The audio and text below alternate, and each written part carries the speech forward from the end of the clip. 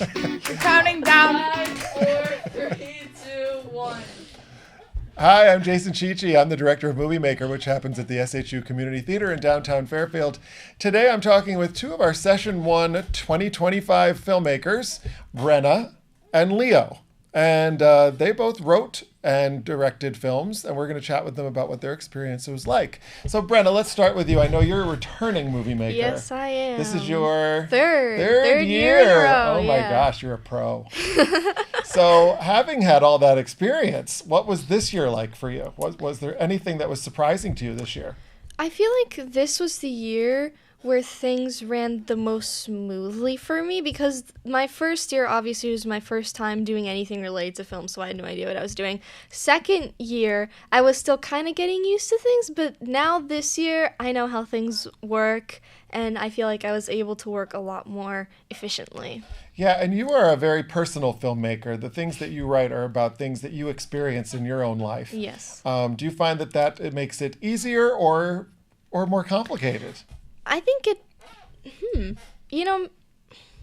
think it could be both, actually. I think it makes it easier because it's easier for me to really develop an idea and all of the details related to it. But it also makes it harder because I get really attached to my initial ideas, so it's a bit more painful to cut things later on. But this is my third year, so I'm used to it now. Yeah, good for you. Good for you. It's all about the story, right? Yes, I think that's the most important thing. Yeah, they say you make movies 3 times: when you write it, when you shoot it, and when you edit it. Oh my gosh, absolutely, yeah, that's so different, right?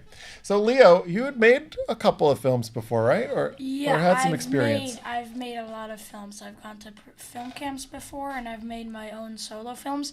There was literally just a film that was all me, and then me and my friend would also make stop-motion films sometimes. Oh, fun. So I have experience in stop-motion and live action. So, but I prefer live action. Live action? Yes. So this year you wrote a film about paintings. Yes. Who talk. That talk, yes. And they just nag at the main character. Where did that inspiration come from? I was walking around the green room, and then I saw a coffee machine, so I wrote a script for that, and then I didn't like that. We were watching the previous films, so I wrote a script that was inspired by one of them. I didn't like that. And my third time, I went back to the green room, and I looked around, and I was like, there are 3 paintings here. They're completely useless. No need for them to even exist.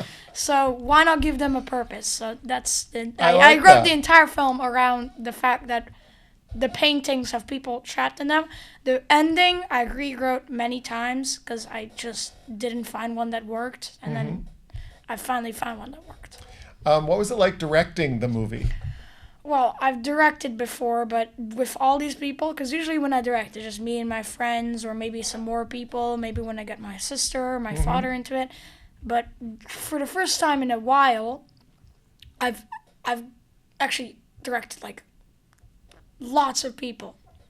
We have gaffers, we have cameramen, and then I have to direct everybody. So, got me more used to directing a lot of people. And it was very fun to finally direct lots of people instead of myself. And you also got to work with some equipment. Did you have a favorite crew job outside of directing? My favorite job is being a cameraman. I didn't get to be a cameraman.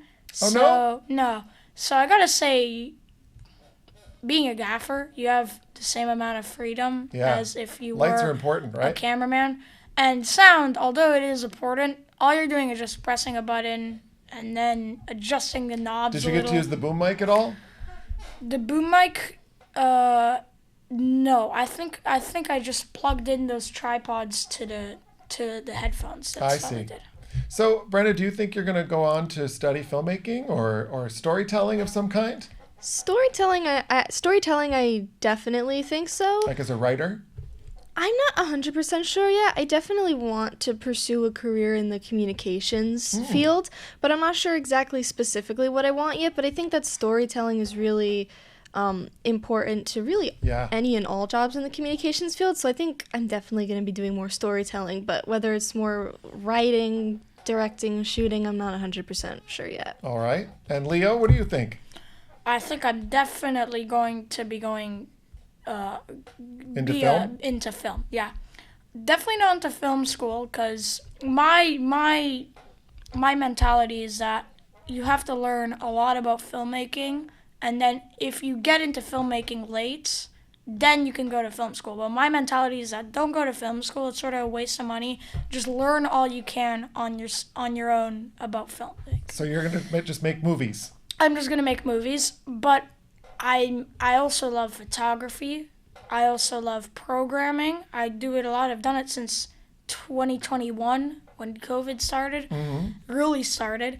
And I wanted to be an architect, and then I realized I'm terrible at designing buildings, so I put that's off the board. So, yeah, it's either storytelling or computer engineering for me. I'm leaning way more towards storytelling. I could see you being a storyteller. Only time can Leo. tell. You tell good stories, that's for sure. Well, thank you for being my guest today on the MovieMaker podcast. We will see you on the next episode. The next episode is in 10 minutes. In 1 minute. 2 minutes. Probably 1 minute, yes.